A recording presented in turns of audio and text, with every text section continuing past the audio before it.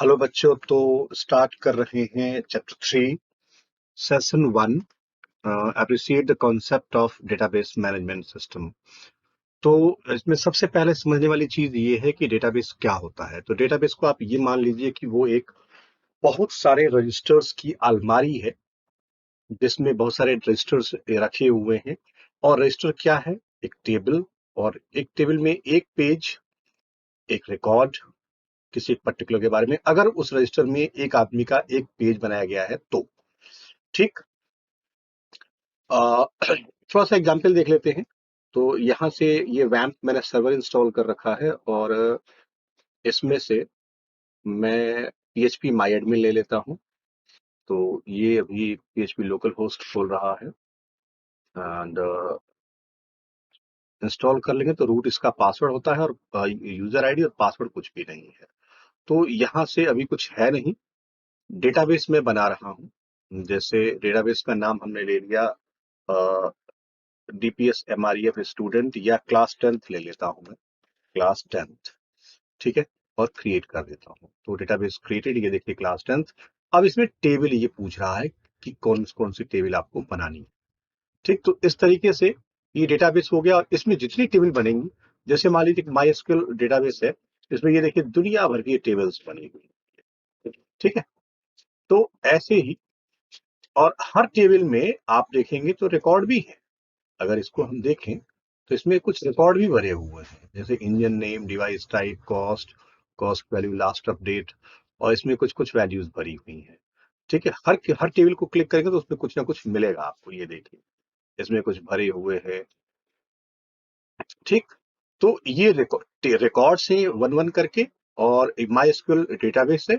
और इसमें help keyword को मैं यूज कर रहा हूं एज अ टेबल। ठीक है। हाँ।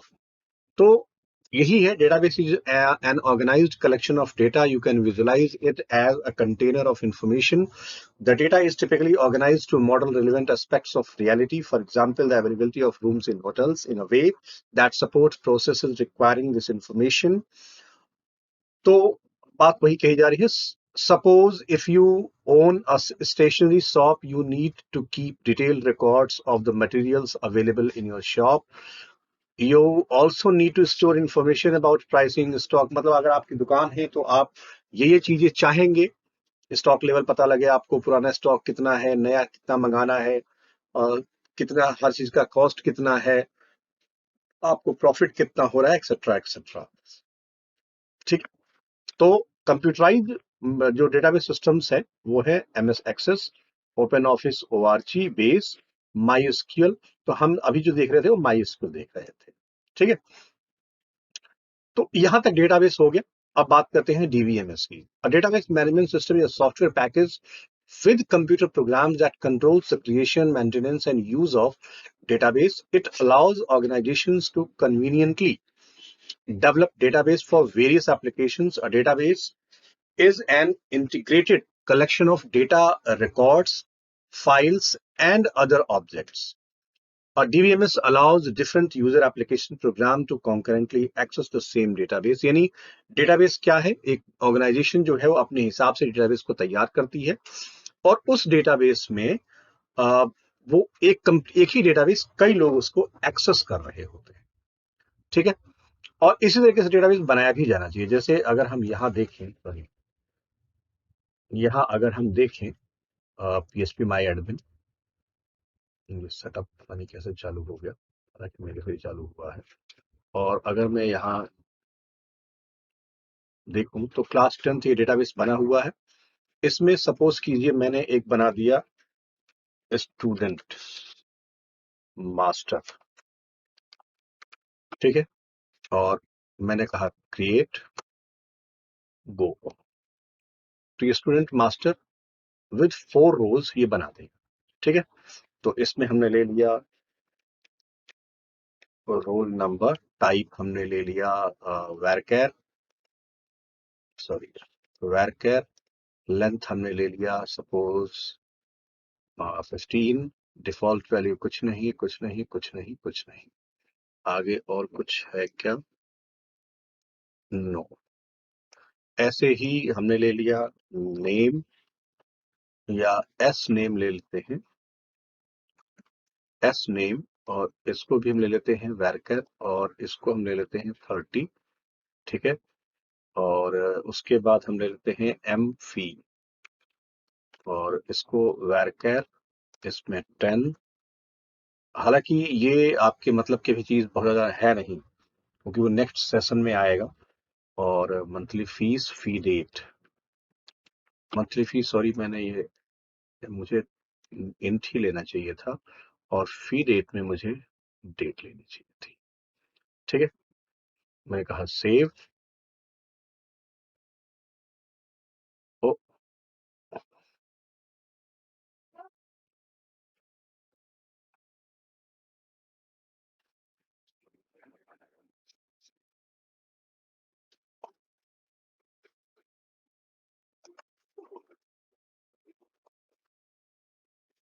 अब इसमें अभी तक कोई हमने डेटा भरा ही नहीं, लेकिन ये देखिए इसके लिए जो क्वेरी लिखी गई है वो ये क्वेरी लिखी गई है ना। तो अगर आप इंसर्ट करना चाहते हैं रिकॉर्ड, तो इसमें इंसर्ट कर सकते हैं, roll number, value 1, S name, मान लो मनोज, एम फी 500, फी डेट,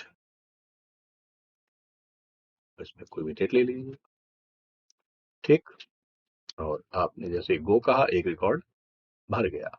अब आप ब्राउज करेंगे तो आपको एक रिकॉर्ड दिखाई दे रहा है यहाँ, ठीक। तो इस तरीके से डेटाबेस बनता है, टेबल बनती है, उसमें रिकॉर्ड इंसर्ट किया जाता है। हालांकि इसकी क्वेरीज होंगी, वो हम आगे बात करेंगे। डेटाबेस मैनेजमेंट सिस्टम्स, ये तो हो गया आपका। डीबीएमएस अलाउज डिफरेंट, ठीक है, ये हो गया। तो इसमें दो तरह की फाइल्स हैं, flat file and relational file. Flat file जो होती है वो छोटे डेटा को अगर हम स्टोर करना चाहते हैं तो उसके लिए यूज होती है। लेकिन अगर आप बहुत सारा डेटा स्टोर करना चाहते हैं तो आपको आरडीबीएमएस ही यूज करना चाहिए।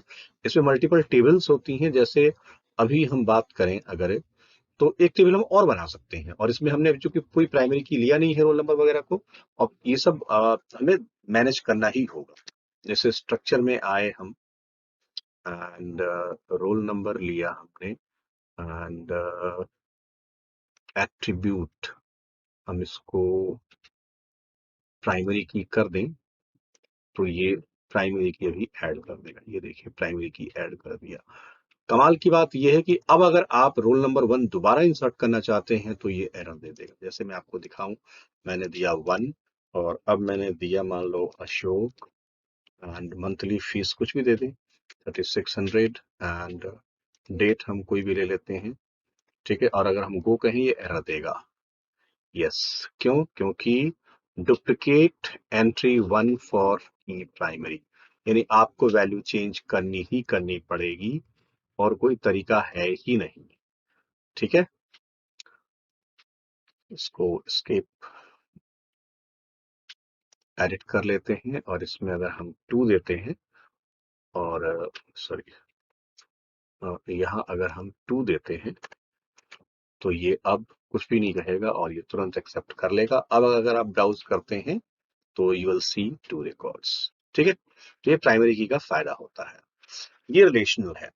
और इसी के बिहाफ पे आप दूसरी टेबल बना सकते हैं। मान लो फीस टेबल बना रहे हैं, या कोई और टेबल, हॉबी टेबल बना रहे हैं, तो आप वहां प्राइमरी की को फॉरेन की बना सकते हैं, जिसके बारे में आगे बात करेंगे। फिर है डेटाबेस सर्वर्स। तो जैसे मैंने वैम्प सर्वर इंस्टॉल कर रखा है, ऐसे बहुत सारे सर्वर होते हैं। तो database servers are dedicated computers that holds the actual database and run only DBMS and related software। हालांकि ये चूंकि लोकल मैंने सर्वर बनाया है, एक सर्वर होता है, जैसे स्टेट बैंक का सर्वर है मान लो बॉम्बे में, तो एक सर्वर अलग कहानी है। वो सिर्फ डेटाबेस को रन करता है और रिजल्ट देता है।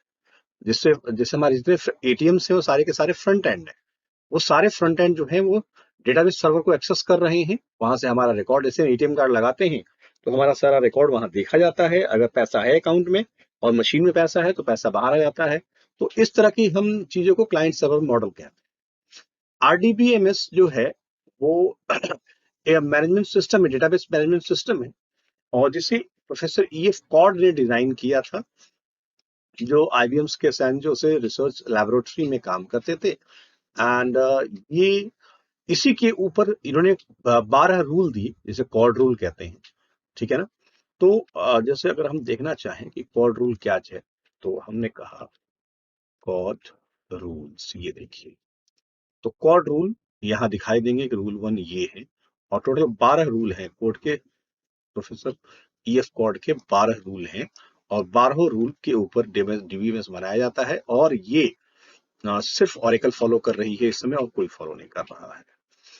मतलब जो 12 के 12 रूल हैं, वो 7 या 6 रूल जो है वो MS एक्सेस फॉलो करती है, और MySQL भी ऐसे 7 या 8 रूल फॉलो करती है। तो इसलिए RDBMS जो 6 से ऊपर फॉलो कर रहे हैं, तो RDBMS कहा जा सकता है। Most popular database currently in use are based on relational model. तो the relational model for database management is a database model based on first order predicate logic, first formulated and proposed by 1969 by Edgar F. Ford. The relational model of a database, all data is represented in the terms of tuples grouped in relation. A database organized in terms of relational model is relational database. तो उन्हीं की बात की जा रही है। Edgar F cord यानी EF cord ने टोटल 12 रूल बनाए, और 12 रूल के ऊपर डेटाबेस ऑर्गेनाइज हो रहा है, मतलब डेटाबेस बन रहा है, एक RDBMS बनाया जा सकता है। The purpose of relational model is to provide a declarative method for specifying data and query. तो इनका मेन पर्पस क्या था? इनका मेन पर्पस था कि वो डेटा एंड क्वेरी को स्पेसिफाई कर सकें। Users directly state what information the database contains and what information they want from it. तो यूजर डायरेक्टली बताए डेटाबेस को कि वो क्या इंफॉर्मेशन स्टोर करना चाहते हैं, और वहां से अब वो स्टोर करने के बाद वो इंफॉर्मेशन को कैसे चाहते हैं, ठीक है ना। अब जैसे यहाँ हमने 2 रिकॉर्ड बनाए हुए हैं, ठीक है। तो इसमें अगर हम SQL लें, और जैसे यहाँ select staff from student where मैंने कहा fee greater than M fee है शायद, एम फी ग्रेटर देन 3000, और मैंने सेमीकोलन लगाया और गो कहा। तो ये एक रिकॉर्ड दे रहा है केवल अशोक का, और कोई रिकॉर्ड, क्योंकि मेरा जो सैलरी मेरी जो वो है वो ज्यादा है। अब देखिए 500 है मेरा केवल। तो इस तरीके से आप इस इंफॉर्मेशन स्टोर किया, और उसके बाद आपने क्या किया, डेटा को एक्सेस किया, है ना। The database concepts. Database contain object data is used for storing and managing information. To understand the database in a very simple language, let's look the example of your address book. यानी उसके एक example दे रहे हैं ये, and हाँ, इसको पढ़िएगा एक बार। You may have people's name, people address, people phone number, maybe even people's birthday. There are common elements here. People in this example, each person is considered an item. इसमें आप पढ़िएगा एक बार आप इतना। तो इसमें उन्हीं के बारे में एक एग्जाम्पल दिया हुआ है जो मैंने भी एक्सप्लेन किया है इसको, है ना। Okay. Database can have one और मेनी टेबल्स। ऑब्वियस सी बात है कि एक डेटाबेस कई से ज्यादा टेबल बना सकते हैं। जैसे अगर आपको एक टेबल और बनानी है, तो आप एक टेबल और बना सकते हैं। जैसे इसमें SQL लें अगर हम, या इसमें क्रिएट टेबल में टेबल का नाम दीजिए, सपोज हम देते हैं हॉबी, और ओके कर देते हैं। तो ये देखिए टेबल का नाम पूछने लग गया। तो हमने कहा यहाँ रोल नंबर, और रोल नंबर और एट्रीब्यूट में हमने कहा, अच्छा इसको वहां से कर लेंगे, कलेक्शन डिफॉल्ट, और रोल नंबर हमने शायद इंट लिया था, वहां नहीं वैरकर लिया था, और इसकी साइज 15 थी, है ना। And,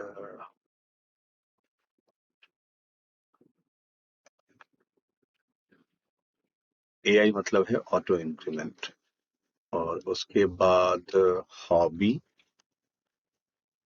ये भी वर्कर हो गया, ठीक है। और इसकी साइज हमने कर लिया 30। और उसके बाद एक हम कुछ और ले लें, हॉबी 1 पहली हॉबी, फिर ऐसे ही हॉबी 2 ले लेते हैं, हॉबी 2, एंड ऐसे ही हॉबी 3 ले लेते हैं, है ना। और इसको भी वर्कर, इसको भी वर्कर, ये 30 एंड ये 30। और अगर हम कहें सेव, तो ये देखिए इसने सेव कर दिया, ठीक। अभी यहाँ हम लें और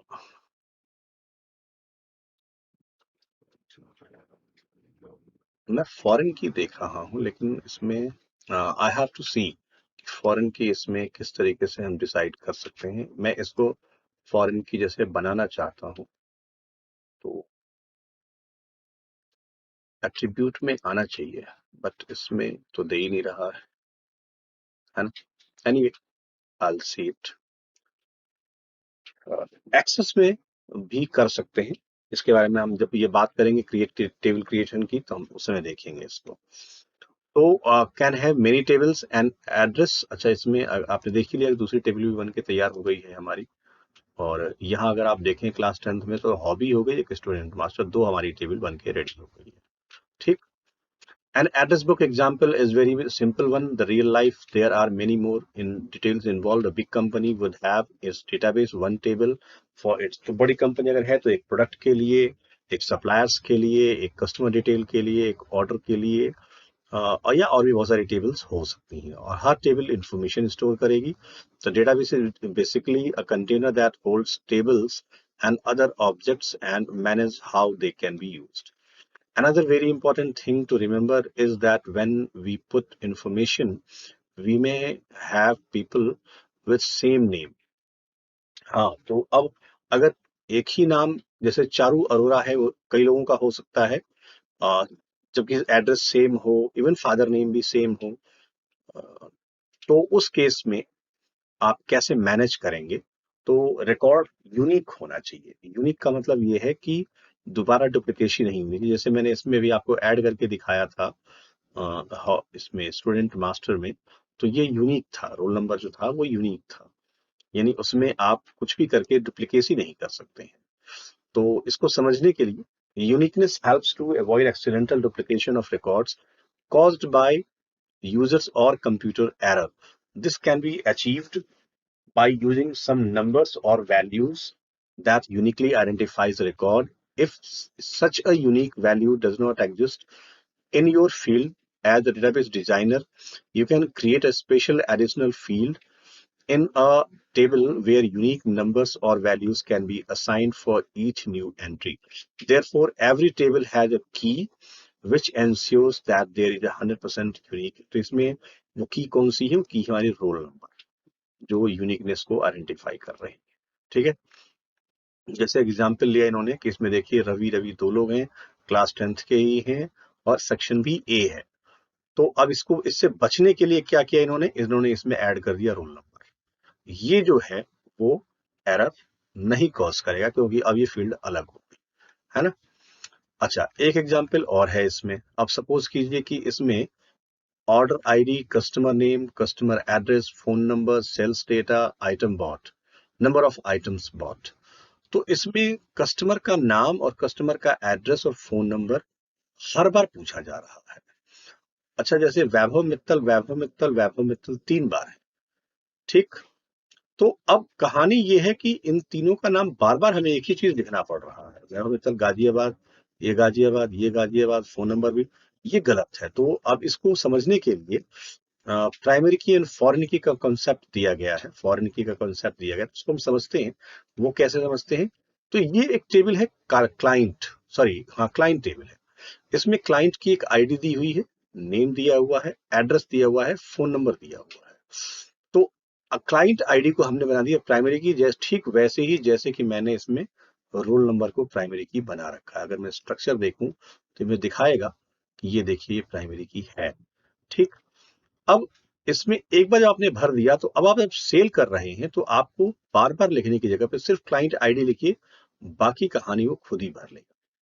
ठीक, तो ये आपने जैसे ही इसमें ऑर्डर आईडी दिया, क्लाइंट आईडी दिया, सेल्स दिया, तो अब नंबर ऑफ आइटम्स बॉट, तो आपको बार बार चीजें रिपीट करने की जरूरत नहीं है, एक बार लिखा हुआ सिर्फ उसकी आईडी लिखिए। यहाँ जैसे वैभव मित्तल ये वाला रिकॉर्ड है, तो वैभव मित्तल यहाँ भी है, यहाँ भी है और यहाँ भी है, लेकिन अब पूरी की पूरी डिटेलिंग नहीं है।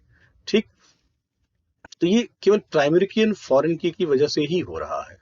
ठीक, प्राइमरी की को अपन कहते हैं पेरेंट की एंड फॉरेन की कहते हैं चाइल्ड की, है ना। जिसमें अगर हम देखें, this unique field is called primary की। प्राइमरी की is a unique value that identify a row in a table. In our example, client ID is a primary key in the client table. Primary key are also indexed and in the database, making it faster. अच्छा, indexing का मतलब क्या होता है कि वो चीजों को लाइन से लगा के रखता है।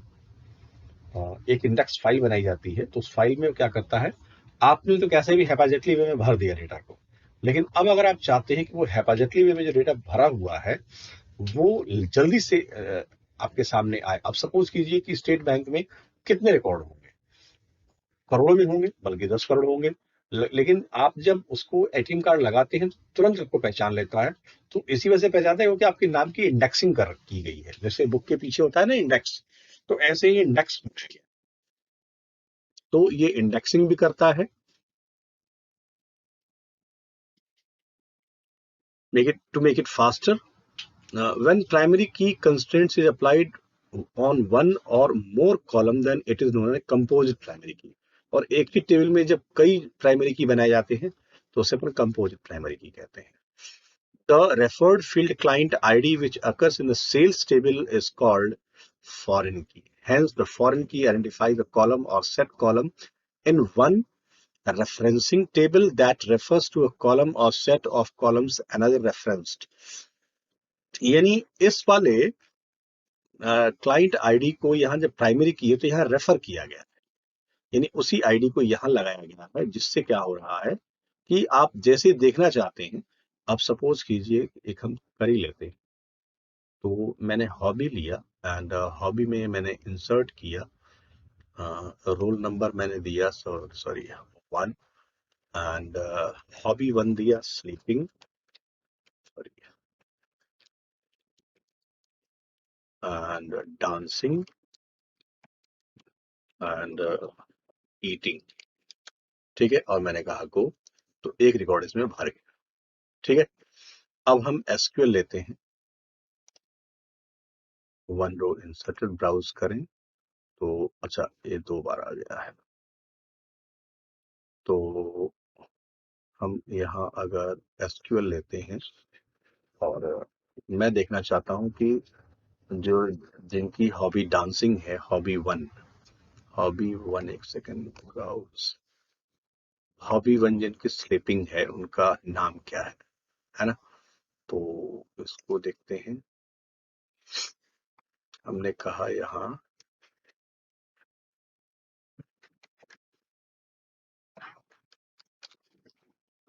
सेलेक्ट स्टार या सेलेक्ट फील्ड का नाम क्या है इसमें, कॉलम्स एस नेम, तो select S name comma hobby 1 from student master comma hobby where student master dot roll number equal to hobby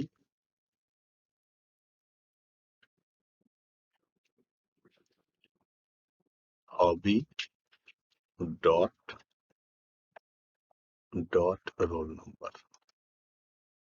तो मैं यहाँ ये कहना चाहता हूं कि आप स्टूडेंट का नाम और हॉबी 1 बताइए, कहाँ कहाँ से, स्टूडेंट मास्टर से और हॉबी से, जिनकी स्टूडेंट मास्टर का रोल नंबर और हॉबी का रोल नंबर बराबर। देखिए रिजल्ट क्या दे रहा है ये, तो इसने दिया मनोज है, जिनकी यानी मुझे दिखा रहा है कि जिनकी हॉबी स्लीपिंग है। कि दो टेबल को मैंने आपस में मिक्स किया। मैंने क्या किया, यहाँ सेलेक्ट किया एस नेम। एस नेम मैंने लिया है स्टूडेंट मास्टर से, और हॉबी वन लिया है मैंने हॉबी टेबल से। और यहाँ मैंने क्या किया है कि स्टूडेंट का मास्टर का रोल नंबर और हॉबी का रोल नंबर दोनों बराबर होना चाहिए, यानी 1। इसीलिए दो जगह इसने मनोज लिखा।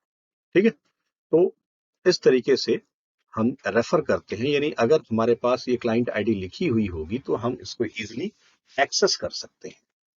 ठीक है, ये अब एक्टिविटीज हैं और ये कुछ फिल इन द ब्लैंक्स है और ये कुछ क्वेश्चन आंसर जिसे आप करेंगे। सेकंड सेशन जो है हम नेक्स्ट देखेंगे फिर।